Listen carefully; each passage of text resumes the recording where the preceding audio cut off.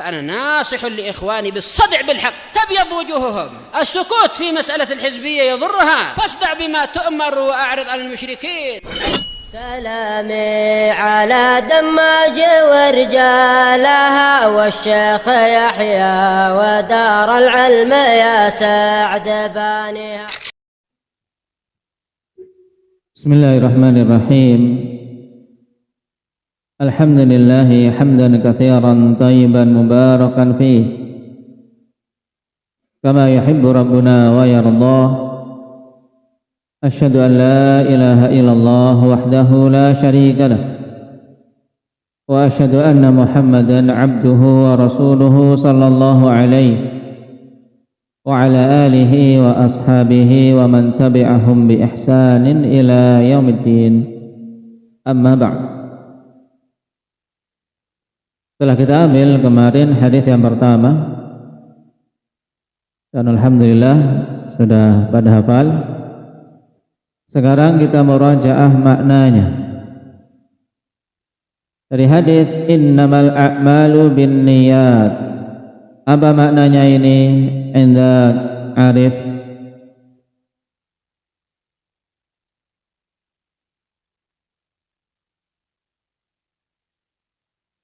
Sungguhnya amalan-amalan itu bergantung pada niatnya. Maksud bergantung pada niatnya itu bagaimana? Amalan-amalan itu tergantung pada niatnya. Maksudnya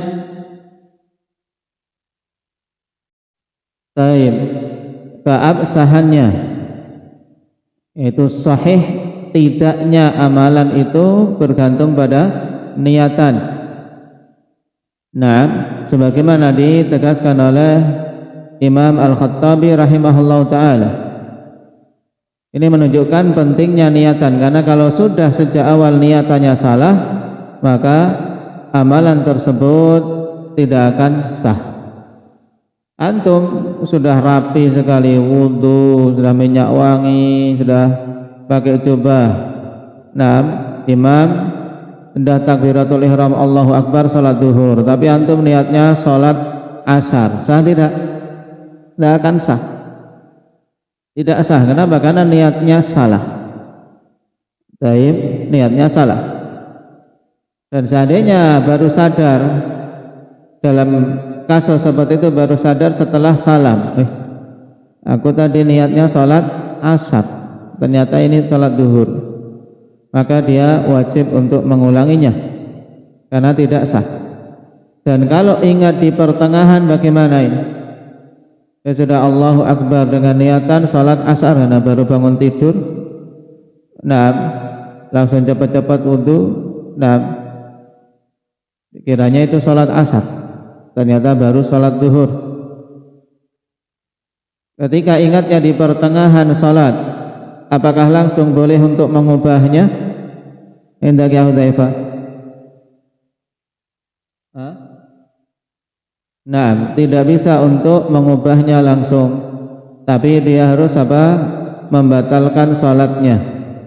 Dia keluar dari salat, yaitu dia batalkan salat. Kenapa? Karena niatan itu dituntut dari awal harus ada. Karena kalau dia awalnya niat salat asar, kemudian setelah membaca Al-Fatihah dia ubah ke salat zuhur, tidak bisa. Berarti ada bagian dari salat itu yang dia tidak meniatkan salat zuhur, maka tidak sah. Kecuali pada kondisi dia mengubah niatan ke salat sunnah mutlak, maka ini boleh. Nah, dia ubah ke niatan salat sunnah mutlak.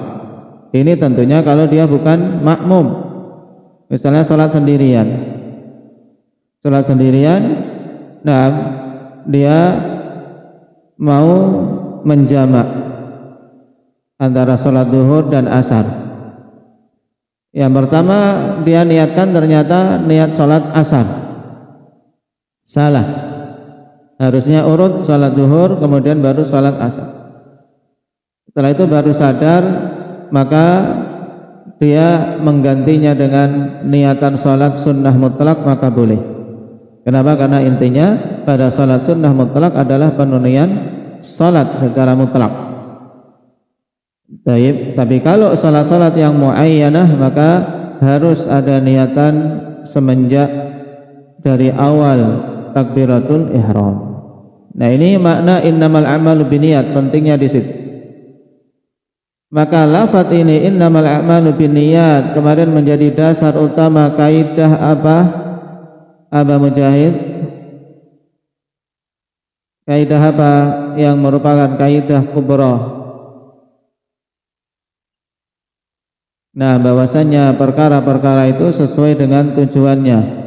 Lafadznya bagaimana? Abdurrahman Riau. Kaidah al-umur bimaqasidiha. Baik. Kemudian lafaz kedua wa innama likulli imri'in ma nawa. Imri'in yaitu insanin, sama kan? Likulli insanin sama maknanya dengan likulli imri'in. Imri'un atau kalau muannats jadi imra'atun. Baik. Wa innama likulli imri'in ma nawa. Apa maknanya ini Akbar?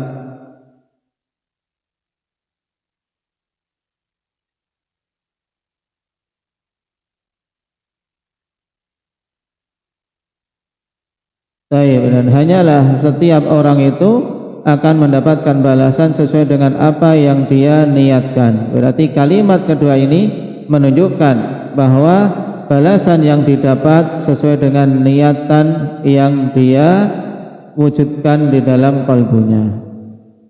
Nah,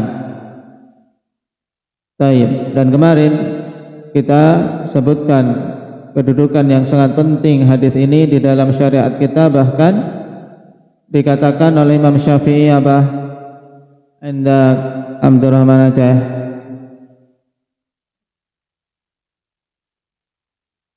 Nah, baik, bahwasanya innamal a'malu binniyat thuluthul ilmi, sepertiga ilmu. Maksudnya kok dikatakan sepertiga ilmu itu gimana? Indak Hamzah. Sepertiga ilmu di dalam agama ini secara keseluruhan.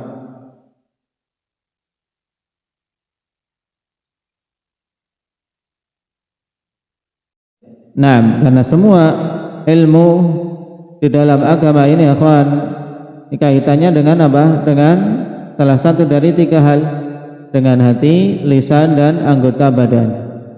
Dan hadis kita ini innamal a'malu binniyat kaitannya dengan apa? Amalan qalbu, amalan hati. Maka dia kedudukannya menempati kedudukan sepertiga ilmu.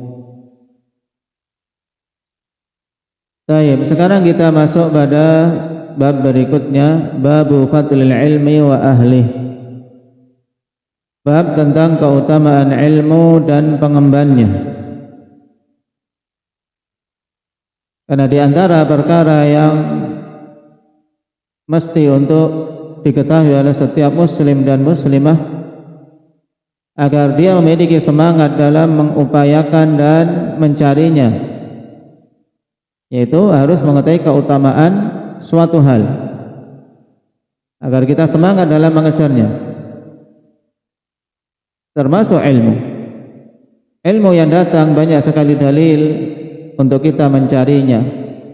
Bahkan Nabi diperintahkan untuk meminta tambahan kepada Allah Subhanahu wa taala. Sedemikian kuatnya perintah sampai yang memiliki ilmu pun diperintahkan untuk meminta tambahan, Rabbi zidni ilma. Ini tidak lain karena keutamaan yang besar pada ilmu. Nah, maka di sini disebutkan beberapa hadis dari sekian banyak hadis yang menunjukkan tentang keutamaan ilmu dan pengembannya. Kita ambil satu hadis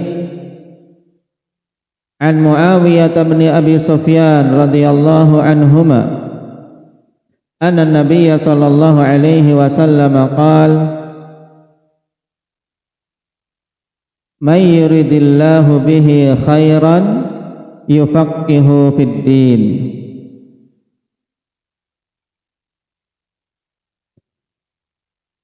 Hadis rawahul Bukhari wa Muslim.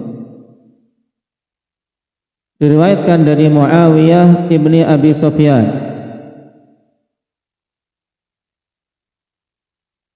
raja yang pertama dari raja-raja di dalam Islam dan yang paling mulianya,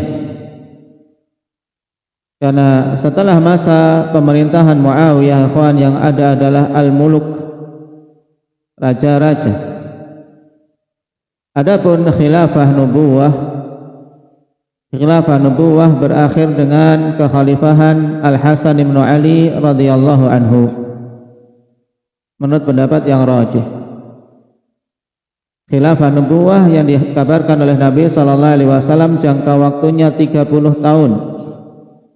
Itu 4 khalifah yang dikenal dengan Khulafaur Rasyidin, Abu Bakar, Umar, Utsman dan Ali. Kemudian ditambah untuk menggenapkan 30 tahun masa kekhalifahan yang singkat dari siapa? Al-Hasan ibnu Ali radhiyallahu anhuma.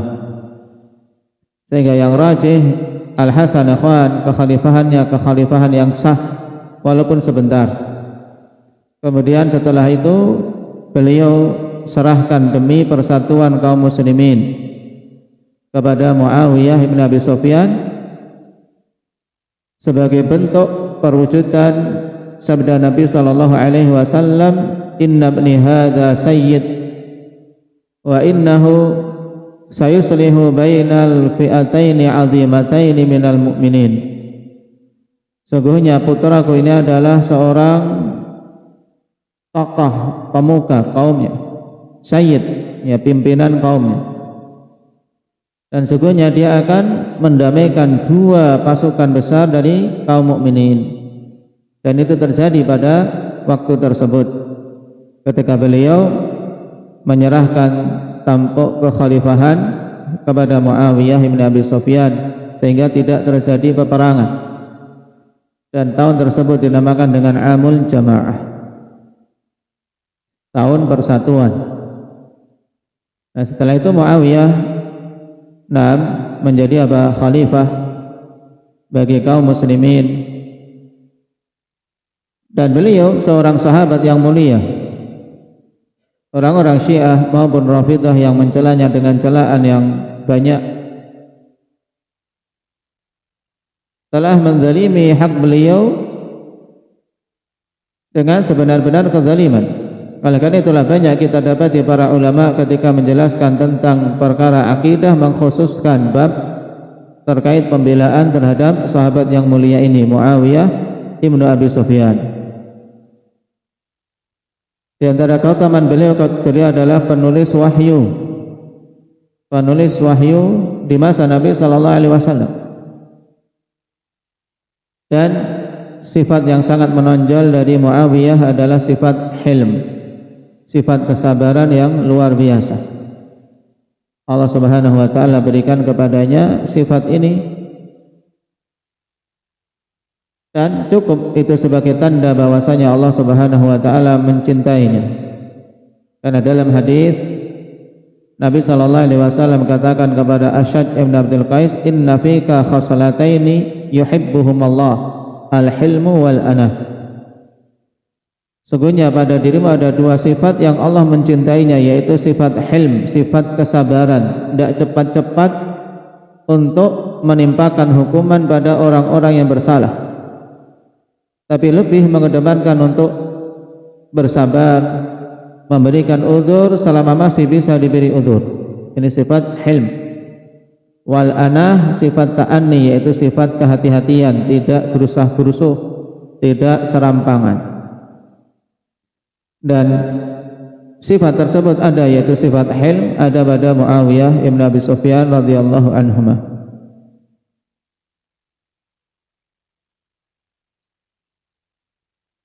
Dan terjadi khilaf tentang kapan beliau masuk Islam.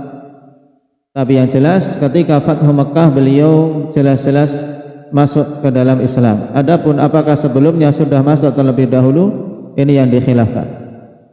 Tapi ketika Fathu Mekah beliau secara terang-terangan menunjukkan keislamannya.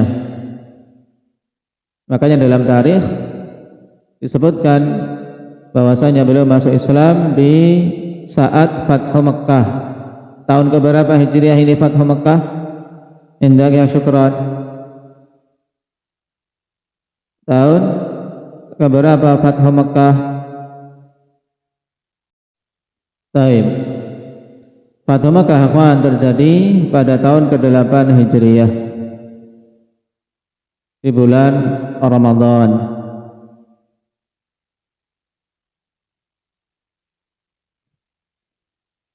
Menunjukkan beliau bukan termasuk yang awal-awal masuk Islam, tapi demikianlah ketika Allah Subhanahu wa taala ingin memuliakan hamba-hambanya.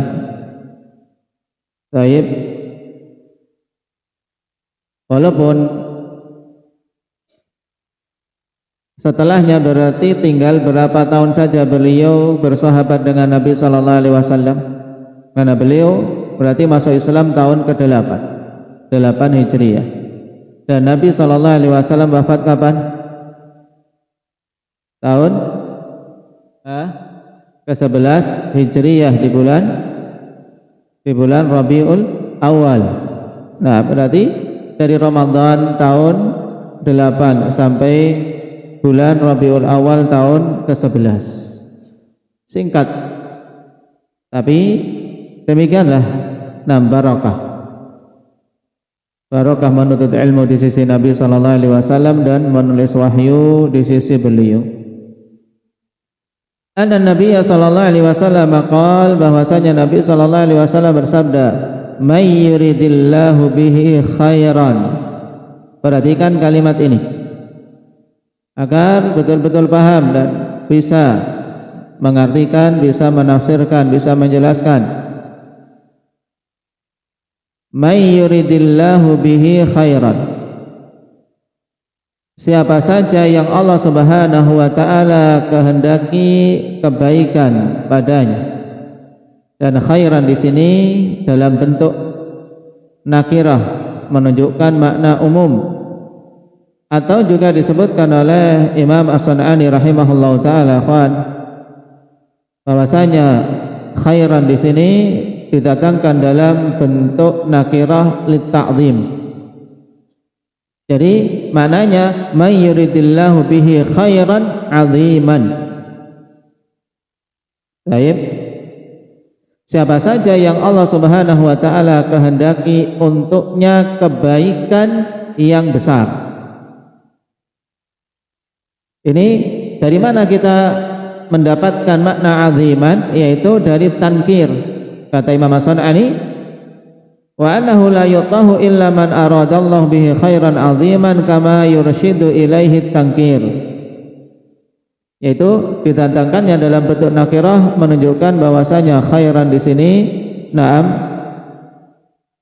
memiliki makna apa? Memiliki makna ta'zim. Khairan 'aziman. May yuridillahu bihi khairan 'aziman. Siapa saja yang Allah kehendaki untuknya kebaikan yang besar, maka yufaqihu fiddin. Allah Subhanahu wa taala akan pahamkan dia terhadap agamanya. Maka makna yufaqihu ay ja'alahu faqihan. Allah akan jadikan dia faqih. Allah akan jadikan dia memiliki pemahaman yang benar terkait agamanya. Nah, jadi ini makna hadis yang perlu diperhatikan pada tadi makna khairan, karena ada dua kemungkinan makna may yuridillahu bihi khairan. Yang pertama, khairan bermakna umum, baik, nakirah dalam konteks syarat memiliki makna umum, baik. Dan yang kedua, khairan di sini nakirah didatangkan untuk apa? Ta'zim, menunjukkan apa?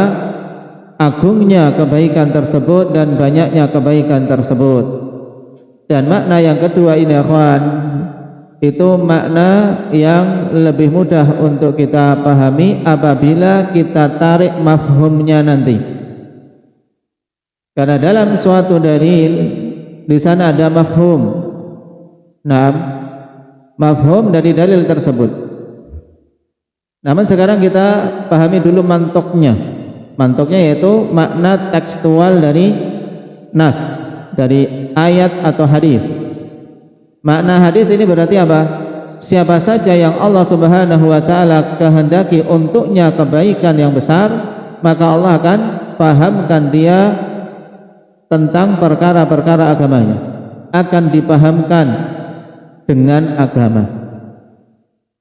Baik, berarti mafhumnya apa? Orang yang tidak paham agama berarti apa? Tidak dikehendaki kebaikan yang besar oleh Allah Subhanahu wa taala. Nah, dengan pemahaman yang mendalam. Dan ini mafhum yang sangat gamblang. Bahwasanya orang kalau tidak paham agama, tidak mengetahui yang halal yang haram, tidak mengetahui hak-hak Allah Subhanahu wa taala dan Rasulnya, maka menunjukkan bahwasanya dia itu berada di atas keburukan. Baik. Sebagaimana ditegaskan oleh Al-Hafidz Ibnu Hajar rahimahullahu taala, anna man lam yatafaqqah fid din ay yata'allamu qawaid al-Islam wa ma yattasilu biha min al-furu' faqad hurimal khair. Bahwasanya siapa saja yang tidak mempelajari agama ini, tidak mau mempelajari kaidah-kaidah Islam dan hal-hal yang lainnya dari apa perkara-perkara cabang-cabang di dalam hukum-hukum Islam, maka sungguh dia telah terharamkan dari kebaikan yang banyak. Bukan terharamkan kebaikan secara mutlak. Kenapa? Karena selama seorang masih di atas iman, walaupun bodoh, tetap ada kebaikan tidak? Tetap ada kebaikan tidak? Indah akbar. Tetap ada kebaikan, ya kan? Cuman luput darinya kebaikan yang besar. Kebaikan yang sangat besar terluputkan gara-gara dia tidak memahami agamanya. Tapi selama dia mati di atas keimanan, tetap ada unsur kebaikan padanya. Paham? Makanya makna yang disebutkan Imam As-San'ani rahimahullahu taala, nah itu makna yang kuat, bahwasanya maksud dari nakirah di sini may yuridillahu bihi khairan adalah lit ta'zim. Siapa saja yang Allah Subhanahu wa taala kehendaki kebaikan yang besar untuknya, maka akan dipahamkan dia terkait perkara agamanya. Nah, ini makna hadis. Dan antum juga telah mengetahui mafhum dari hadis tersebut. Sekarang yang butuh dipahami berikutnya yaitu makna yufaqihu fid din. Kata al-fiqhu ya kawan, secara bahasa memang maknanya adalah al-fahmu, pemahaman. Baik, berarti yufaqihu fid din ja'alahu faqihan, yaitu lahu fahmun, memiliki pemahaman terhadap agamanya. Baik, namun pemahaman terhadap agama yang diinginkan secara syar'i itu lebih khusus daripada maknanya secara bahasa. Kenapa? Karena yang dituntut dalam beragama bukan hanya sekedar paham, bukan sekedar tahu. Nah, tapi apa? Dia harus mengilmuinya dan beramal dengan apa yang diilmui. Nah, makanya ditekankan oleh Syekhul Islam Ibnu Taimiyah rahimahullahu taala tentang makna al-fiqhu fid din. Seorang betul-betul memahami agamanya itu yang bagaimana? Kata beliau, al-fiqhu fid din fahmu ma'anil amri wan nahi liyastabsiral insanu fi dinih. Yang dimaksud dengan al-fiqhu fid din yaitu apa? Memahami makna-makna perintah dan larangan agar betul-betul seseorang mengilmui agamanya, sehingga dia beragama di atas basirah, di atas ilmu. Perintah dia tahu, kemudian dia tunaikan. Larangan dia ketahui, kemudian dia tinggalkan. Baik. Maka setelahnya kata beliau, fadala ala annal fiqha ma waza'a an muharramin aw da'a ila wajibin wa khawafa an-nufusa mawaqi'ahu al-mahdhurah. Ini menunjukkan bahwasanya pemahaman terhadap perkara agama setelah menyebutkan ayat liyatafaqahu fid din wa liyunziru qaumahum idza raja'u ilaihim la'allahum yarji'un. Kata beliau ini menunjukkan bahwasanya pemahaman terhadap agama yang benar, yang dipuji di dalam agama ini adalah apa? Yang mencegah dari keharaman dan mendorong pada penunaian kewajiban serta menjadikan jiwa takut meninggalkan kewajiban atau melanggar larangan. Nah, inilah al-fiqhu fiddin yang diinginkan, yaitu Allah akan pahamkan dia terhadap perkara agamanya, akan diberi ilmu dan juga akan apa? Diberi taufik untuk mengamalkannya. Karena itulah yang dipuji. Adapun sekedar tahu, ini pada beberapa kondisi akan malah menjadi bumerang, menjadi musibah. Karena kalau tahu kok tidak beramal, ini hukumannya lebih berat. Ya, ini makna hadis.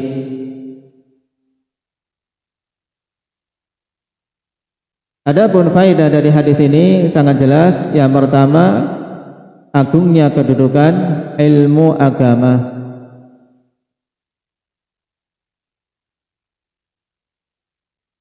Karena siapa saja yang memahaminya, itu menunjukkan bahwasanya Allah Subhanahu wa taala menghendaki kebaikan baginya. Kemudian faedah yang kedua, bahayanya seorang jahil terkait perkara agama.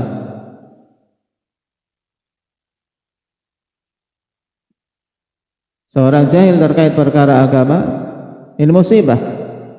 Kenapa? Karena merupakan tanda bahwasanya Allah tidak menghendaki kebaikan untuknya.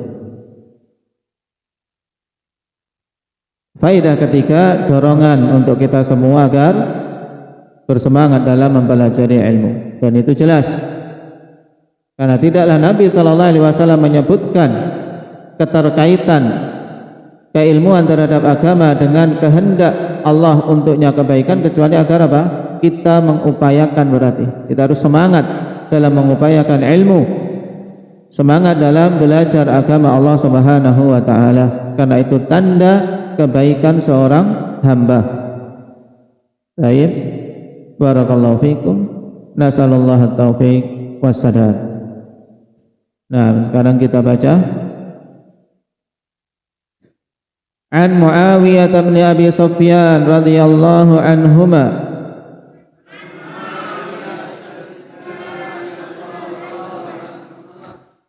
anna an-nabiy sallallahu alaihi wasallam qala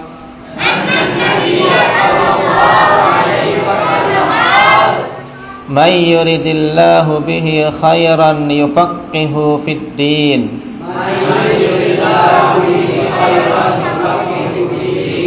Rawahul Bukhari wa Muslim. An Muawiyah bin Abi Sufyan radhiyallahu anhuma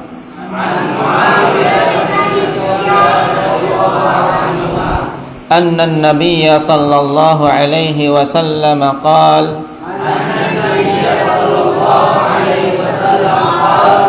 man yuridillahu bihi khairan yufaqihu fid din.